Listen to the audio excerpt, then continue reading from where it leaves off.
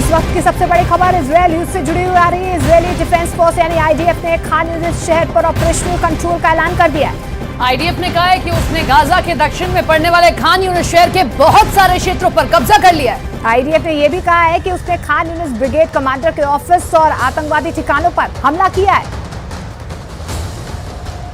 Gaza के खान यूनिस में इस समय सबसे तेज हमले हो रहे हैं, लेकिन इजरायली फोर्स को हमास के जिन हथियारों का सामना करना पड़ रहा है उससे चिंता और ज्यादा बढ़ गई है। हमास डॉल बम इस्तेमाल कर रहा है। ये डॉल बम बहुत खतरनाक होते हैं। डॉल में बम छिपाकर हमास के लड़ाके इसे रख देते हैं और उसमें लाउड स्पीकर लगा देते हैं, जिससे बच्चे की रोने की आवाज आती है। हमास के घातक हथियारों की सूची चौंका देने वाली है।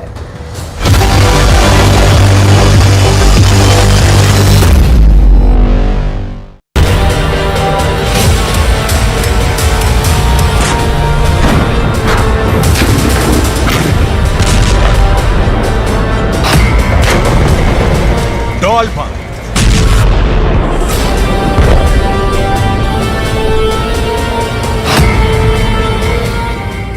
टेडी बियर में स्नाइपर गन, स्कूल मस्जिदों में टेरर नेटवर्क,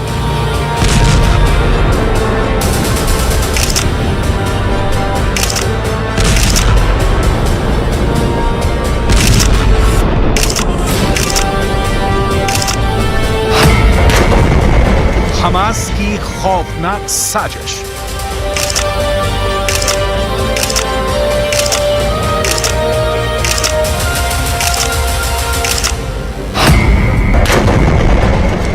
आईडीएफ के खिलाफ बड़ा प्लान।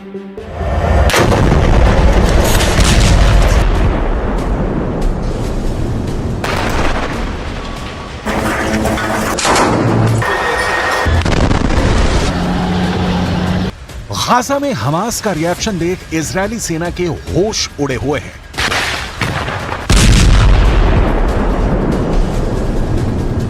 इजरायली सेना की बमबारी के बीच हमास ने गाजा में जो व्यू रचना की है, बेंजामिन नेतन्याहू के पास उसका कोई तोड़ नहीं दिख रहा।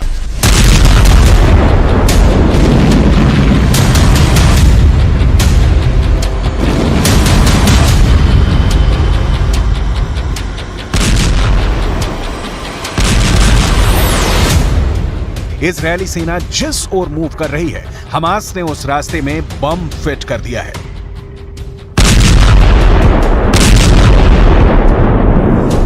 यह सही है कि 19,000 फिलिस्तीनियों की मौत हुई, लेकिन इजरायली सेना की जीरो डेथ वॉर की स्ट्रेटजी के भी पर बच्चे उड़ गए हैं।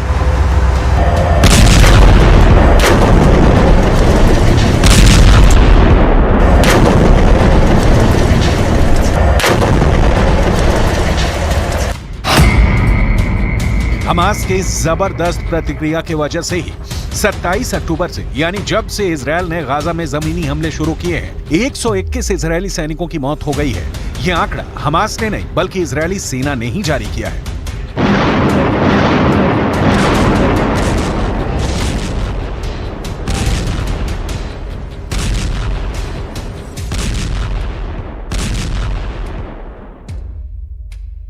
चालीस से 45 किलोमीटर लंबी और 6 से 10 किलोमीटर चौड़ी गाजा पट्टी में हमास ने ऐसी कौन सी तैयारी कर रखी है कि इजरायली सेना गाजा पर अब तक कब्जा पाने में असमर्थ रही है।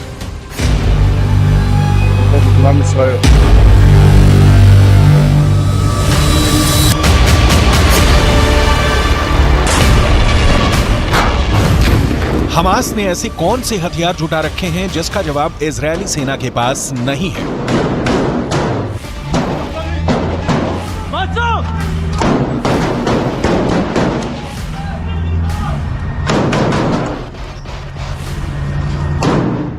हमास के लड़ाकों ने पूरे गाजा में फैली सुरंगों की रचना कैसे कर रखी है कि इजरायल की सेना उनमें घुसने से पहले ही मात खा रही है। इन सारे सवालों का जवाब डिटेल में दिखाएंगे।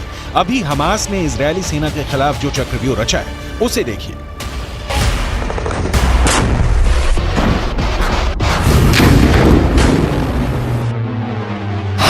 हमास नए नए तरीकों से आईडीएफ के जवानों पर हमले कर रहा है। हमास के आतंकियों ने गोलियों के अंदर बम भरकर उसमें रोने की आवाज निकालने वाले स्पीकर लगा दिए हैं।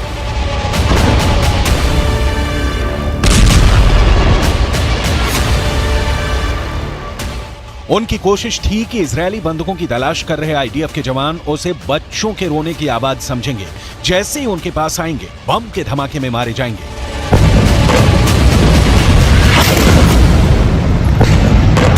लेकिन हमास डाल डाल खेल रहा है तो इजरायल पात पात। इजरायल इंटेलिजेंस यूनिट ने इस साजिश का पता लगा के अपने जवानों को अलर्ट कर दिया, जिसके बाद डिस्पोजल स्क्वाड ने उन्हें निष्क्रिय कर दिया।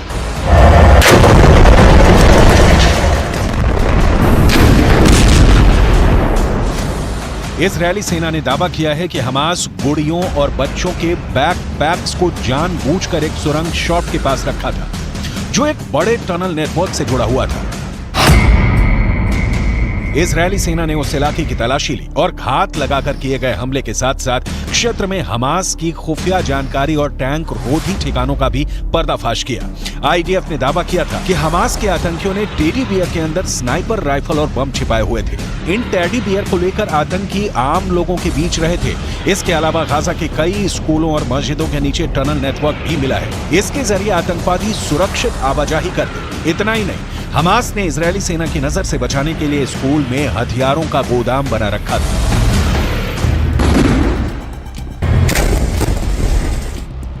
हमास के पास बिना शक इजरायल वाला वेपन पावर नहीं है, लेकिन हमास के पास हथियारों में घरेलू रॉकेट, अपग्रेडेड AK-47 और सोवियत संघ के दौर के मशीन गन के अलावा कई सस्ते, नए और चोरी किए हुए हथियार हैं। कई ऐसे एडवांस्ड हथियार भी मिले हैं जिनकी सप्लाई ईरान ने की, तो कुछ ऐसे हैं जिनका निर्माण उत्तर कोरिया में किया गया। ये जानना भी बेहद दिलचस्प है कि हमास की पसंदीदा राइफल कौन सी है। सोवियत दौर में निर्मित 7.62 मिलीमीटर कैलिबर वाली AK-47 असॉल्ट राइफल हमास का सबसे पसंदीदा हथियार है। आतंकी इसकी मदद से कई राउंड तक गोलियों की बौछार करते हैं। इसके अलावा SVD, ड्रैगुनो, क्रूज semi automatic 7.62 millimetre calibre sniper rifle का इस्तेमाल हमास 20 किलोमीटर दूर से हमला करने के लिए कर रहा है। हमास के ट्रक भारी machine gun M2 browning HMG से लैस हैं। ये पैदल सेना हल्के बख्तरबंद वाहनों और कम उड़ान वाले विमानों को आसानी से निशाना बना सकते हैं। ये समझना बहुत जरूरी है, हमास जैसे संगठनों के पास जो भी हथियार हैं वो या तो ईरान से आए हैं या हमास ने स्मगलिंग से उसे मंगाया है या सोवियत दौर के हैं। इन हथियारों से हमास इजरायल को नुकसान तो पहुंचा रहा है। 9 किलो वाला RPG-7 rocket propelled grenade launcher Hamas का फेवरेट है। ये काफी सस्ता और उपयोग में आसान है। सोवियत संघ का बना यह हथियार कंधे पर रहता है और एक ट्यूब से रॉकेट दागता है। ये रॉकेट आसानी से 200 से 700 मीटर की दूरी पर मौजूद टैंकों को आसानी से तबाह कर सकता है।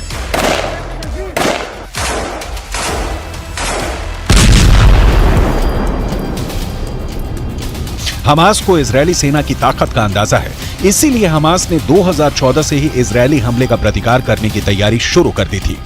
जिन सुरंगों को नष्ट करने की बात हो रही है या नष्ट की जा रही हैं, ये सुरंगें दुनिया के लिए अजूबा हैं। सोचिए जरा, 40 से 45 किलोमीटर लंबी और 6 से 10 किलोमीटर चौड़ी गाजा पट्टी में जमीन के नीचे हमास ने 500 किलोमीटर लंबी सुरंग खोद रखी है। इन सुरंगों में हमास की जान बसती है। इनके हथियार, इनके लड़ाके, इनके नेता सारे सुरंगों में शरण पाते हैं। जहां तक सुरंगों के सफाई की बात है तो इजरायल ने बहुत सी सुरंगों को मटिया मेट कर दिया है, लेकिन अभी ऐसी कई सुरंगें हैं जहां अब भी इजरायल की सेना नहीं पहुंच पाई है। इन सुरंगों को नष्ट करने के लिए अब इजरायली सेना इनके भीतर समंदर का पानी छोड़ रही है। हमास का बचना मुश्किल नहीं, नामुमकिन है। लंबे वक्त तक हमास के टिके रहने की कोई संभावना नहीं दिख रही है। ईरान, जिससे सबसे ज्यादा हथियार मिलने की हमास को उम्मीद थी, उसने साथ छोड़ दिया है, लिहाजा हमास फंस गया है।